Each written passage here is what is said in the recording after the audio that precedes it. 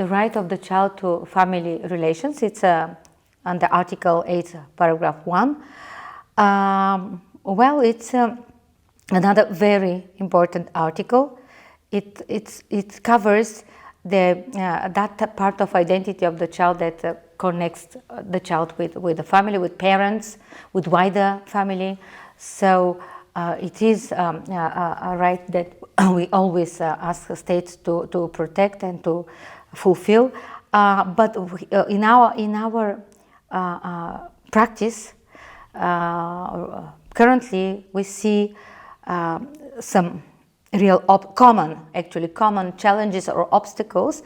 First of all, let me speak about the right of the child to know his or her parents, biological parents. It's under Article 7, but actually it guarantees the rights of the child to a family relations, and this is very much connected with of course, with proper, quick, immediate birth registration, but also with adoption and the current practices of artificial reproduction and surrogacy. So in these cases, adoption, surrogacy, artificial reproduction, we have some common issues. And this is the issue of the right of the child to know its origin, its family, to know the origin and the biological family. And our common solution or our common recommendation is please, considering the importance of the identity, then we should give the child, provide the child with the right to know, and this means changing the legislation of adoption to ban or to prohibit secrecy of adoption, then to keep ask states to keep information about the biological origin, and to be able, because the child to be able to reach this information. In cases of artificial reproduction and surrogacy, again, it's the same. The child should have the right to know, to access this information, because, as I said at the beginning, the identity of the child is built by this knowledge, the confidence. This is for the psychologist to explain, but the law should reflect this the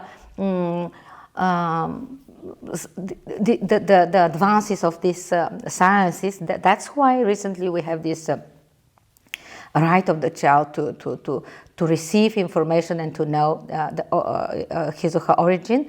And we have many states actually that do not provide this right, but gradually we see that also many states started legalizing this right to know.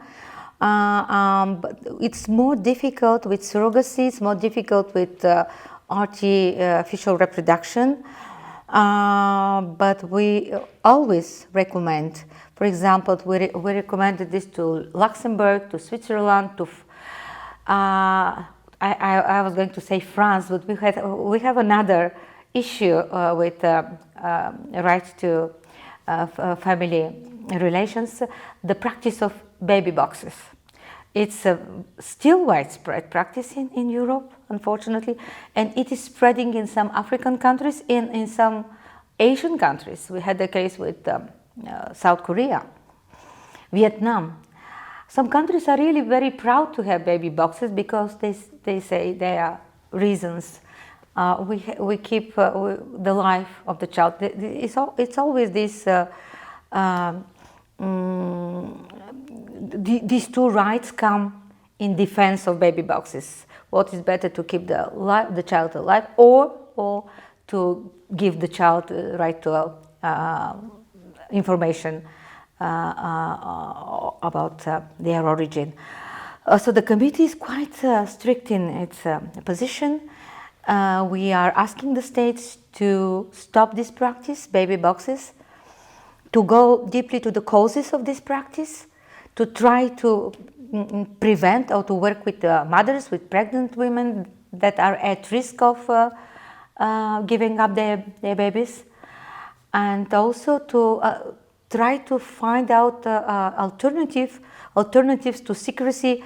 For example, as a measure of last resort, we recommend not anonymous adoption, but anonymous birth, but confidential.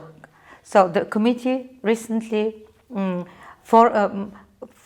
formulated its recommendation as alternative to baby boxes to have confidential births, not anonymous births, but confidential, in order to keep the file with the information, and sometimes later when the child looks for such information, to be able to reach it. Many states, as I said, in Europe, we regularly recommend this to France 3 times. Hungary, Poland, Czechia. Recently we recommended this to Namibia, so in some African countries. So this is really important, and I think that states are gradually starting to understand and to legalize. In artificial reproduction and surrogacy, this is a little bit more difficult because of obvious reasons of genetic materials, and